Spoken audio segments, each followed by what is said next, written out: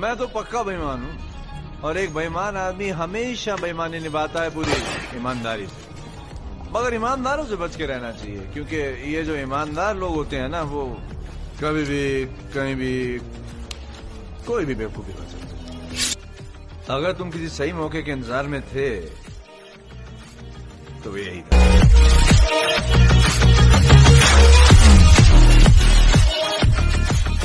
बिकाऊ क़यादत पार्ट 5। मिल्लत तो तवायफ है, बनाया किसने।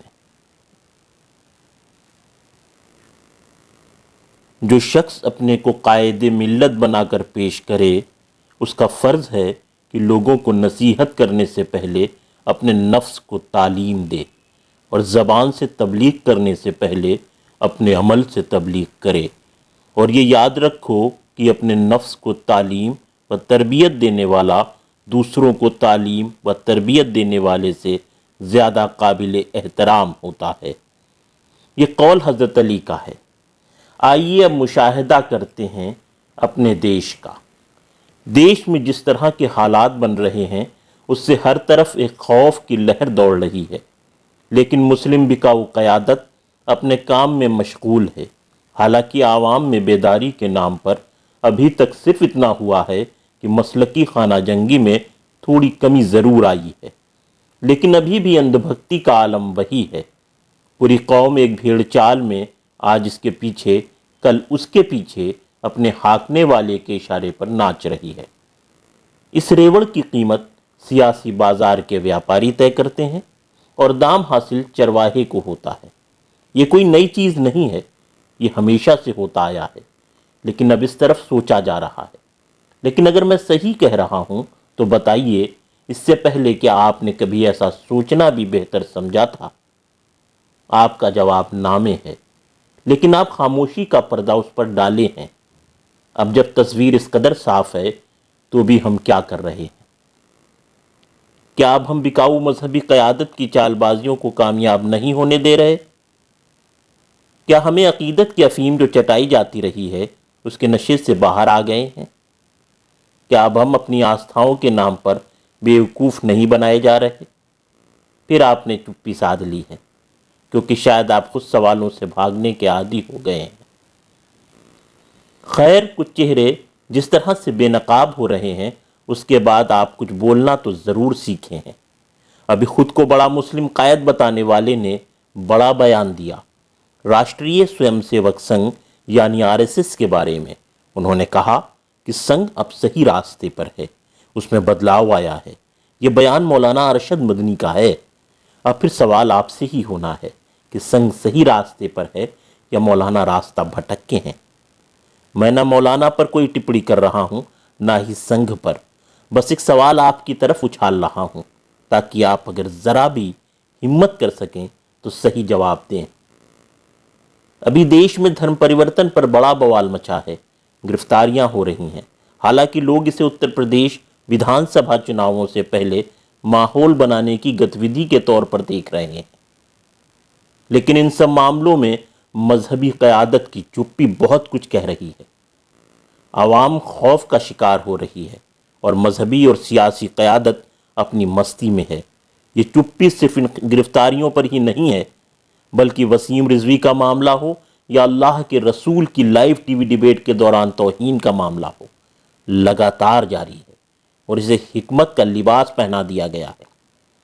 हालांकि इससे पहले यही क़यादत सड़कों पर भोली भाली आवाम को उकसा कर लाती रही है और अब कानूनी लड़ाई से भी परहेज करती दिखती है। वैसे धर्म परिवर्तन पर इस्लाम का सीधा सिद्धांत है कि दीन में कोई ज़बरदस्ती नहीं है। मुसलमान कभी भी कन्वर्टर नहीं हो सकता है। उसकी भूमिका कम्युनिकेटर की है, यानी लोगों तक सही संदेश पहुंचाना हमारी जिम्मेदारी है, न कि धर्म परिवर्तन। और इसका पालन भी होता है। इमारत शरिया जैसे इदारों में जिस तरह वर्चस्व की जंग चल रही है, वो ये बताने के लिए काफ़ी है कि मज़हब का चोला ओढ़कर आपको गुमराह करने वाले आपको अपने बचाव का कोई रास्ता तलाशने नहीं देना चाहते हैं। इमारत में मौलाना वली रहमानी के बाद जिस तरह से कब्ज़े की मुहिम चल रही है, वो साफ तौर पर तख्त की लड़ाई जान पड़ती है, और जिसको जीतने के लिए बिकाऊ क़यादत हर पैतरा खेल रही है। जिन पर गबन, बदकिरदारी जैसे आरोप हैं वो भी सरगर्म नज़र आ रहे हैं और अपने आरोपों का जवाब देने के बजाय लोगों में हिमायत के तलबगार हैं। सवाल ये भी है कि कौम को दूरंदेश और पढ़े लिखे नौजवान की ज़रूरत है, तो फिर घिसे पिटे बिकाऊ लोग क़यादत का दावा कैसे कर पा रहे हैं? जवाब मिलता है, जनाब, मिल्लत की भलाई इसमें है कि वो अपनी पुरानी चाल को न बदले और कौम के ठेकेदारों को अपना काम करने दे। जबकि अगर वाकई ये मजहबी क़यादत मिल्लत के हमदर्द हैं तो वो अपने दावे से पीछे हट क्यों नहीं जाते? सियासत के मोहरे सब धीरे धीरे फिट हो रहे हैं और मिल्लत न रो पा रही है और ना हंस पा रही है। बीजेपी हटाओ की मुहिम के चलते बिकाऊ क़यादत मिल्लत को वरगलाने के लिए कमर कस चुकी है। इमारत पर कब्जे की कोशिश भी इसकी एक मिसाल है। अमीर बनकर और अमीर बनने की ख्वाहिश ने नेताओं को मात दे दी है। एक पढ़े लिखे शख्स की जगह खालिस मुल्लाइयत का दांव साफ करता है मंशा क्या है। हालांकि हर मसलक में मिल्लत पर कंट्रोल वाली गद्दी की जंग है, क्योंकि सभी को इसे नचाना है। धुन पैसा देने वाले की रिंग मास्टर की भूमिका इनकी और नाचने वाली मिल्लत। हालांकि मुसलमान इस खेल को पहली बार नहीं देख रहे हैं और न ये सिर्फ भारत में खेला जा रहा है। लगभग सभी इस्लामी कहलाने वाले देशों में ये खेल चलता है। जब से हज के काफिलों को लूटने वाले लोग ताकत में आए, तब से वहाँ जिस तरह की खराबियाँ बढ़ी हैं किसी से छुपी नहीं हैं। अब भारत में खानखाहों में भी ऐसा ही कुछ देखने को मिलता है। दर्शन करने आने वालों से जिस तरह से लूटपाट आम हुई है, उससे लोगों में चिढ़ बढ़ी है और इस लूट की वजह वही है कि लुटेरे अब भेष बदल चुके हैं। हालांकि इसे बहुत अधिक समझने के लिए आपको इतिहास के झरोकों में झांकना पड़ेगा, जहां पहाड़ों में घात लगाकर लूट करने वालों का वर्णन मिलता है। सूफिया का पैगाम और उनका मिशन, जो कि खालिस मानवतावादी है, उसे पीछे रखकर सिर्फ वर्चस्व और लूट का खेल खेला जा रहा है। लोगों की सूफी संतों से आस्था है, उनसे मोहब्बत है, लेकिन लोग इन आस्थानों पर होने वाली अशोभनीय घटनाओं से व्यथित हैं और यहाँ बैठे मठाधीश अकीदत की अफीम बांटकर लोगों को ठगने का काम बखूबी कर रहे हैं। वैसे मिल्लत भी इस सब के लिए कम दोषी नहीं है, क्योंकि कुरान में बार बार कहा जा रहा है कि तुम गौर व फिक्र क्यों नहीं करते। इसके बाद भी धोखा खाने वाले खुद जिम्मेदार हैं। धोखा देने में चाहे कोई पर्सनल बोर्ड हो या कोई उलमा बोर्ड, सब इसलिए कामयाब हैं क्योंकि हम नशे में रहते हैं।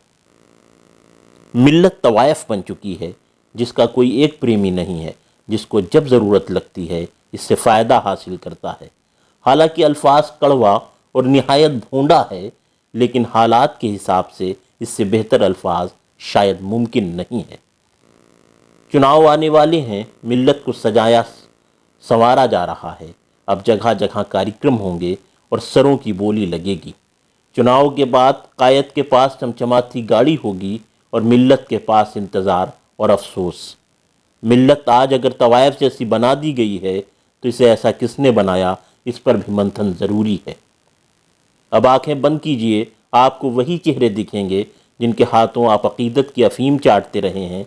कहिए, क्या मैंने कुछ गलत कहा? आपने कभी सवाल क्यों नहीं किया कि कायद अमीर से अमीर कैसे हुआ और आप गरीब से और गरीब कैसे? हो सके तो सवाल कीजिए। वैसे क्या आप ये हिम्मत जुटा पाएंगे? शायद नहीं, क्योंकि आपको नशे की बुरी लत लग चुकी है।